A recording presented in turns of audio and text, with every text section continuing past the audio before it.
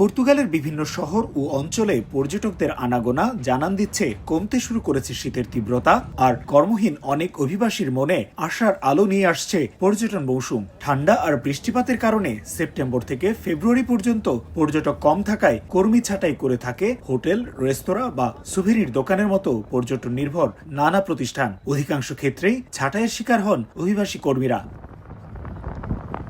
তবে পর্যটন মৌসুমের প্রস্তুতি হিসেবে হোটেল বা রেস্তোরাঁর মতো সেবামূলক প্রতিষ্ঠানগুলোতে সাধারণত ফেব্রুয়ারি বা মার্চ থেকে শুরু হয় পুনরায় কর্মী নিয়োগের প্রক্রিয়া ও প্রশিক্ষণ কার্যক্রম।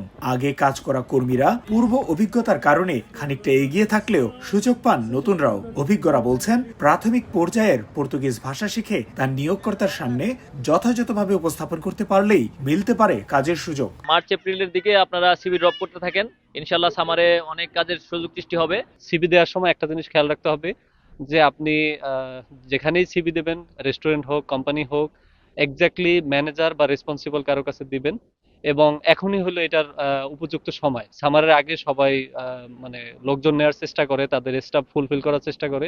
পর্তুগালের জাতীয় পরিসংখ্যান ইনস্টিটিউট আইএনইর প্রকাশিত প্রতিবেদন অনুযায়ী গত ডিসেম্বরে দেশটিতে কর্মহীন মানুষের সংখ্যা ছিল 3.5 লাখের বেশি। এছাড়া মোট কর্মজীবী মানুষের মধ্যে অভিবাসী কর্মী মাত্র 6%।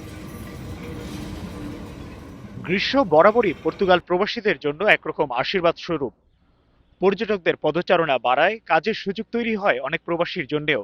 তাই পর্যটন মৌসুমের আগেই ভাষাগত উন্নয়নের পাশাপাশি দক্ষতা বাড়িয়ে চেষ্টা করলে সুযোগ মিলতে পারে কাজের।